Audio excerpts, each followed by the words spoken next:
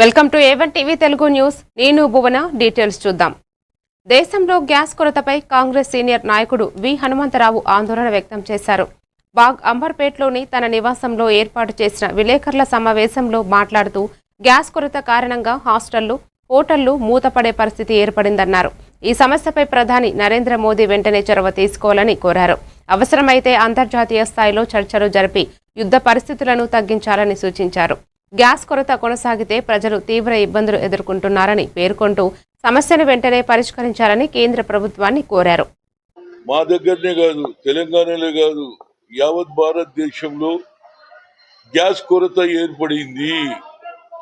ఎందుకంటే ఉన్న oil ట్యాంకర్లంతా attack చేస్తున్నారు.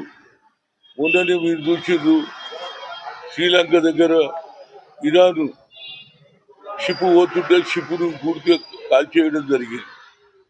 అదే కాకుండా అన్ని దగ్గర కూడా ఆయిల్ కొరత ఏర్పడింది. దీనివల్ల హోటల్స్ బంద్ అవుతున్నాయి.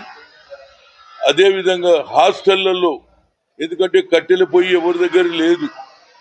ఏ హాస్టల్ అయినా, అది ఎస్సీ హాస్టల్ కావచ్చు, బీసీ హాస్టల్ కావచ్చు, గిరిజన హాస్టల్ కావచ్చు, వాళ్ళ భోజనం నడవాలంటే, వంట వండాలంటే గ్యాస్ తోటి అవుతుంది. ఎవడు కట్టెల పొయ్యి పెట్టి మర్చిపోయింది. కట్టెలు వాడకమే లేదు, హాస్టళ్లలో లేదు.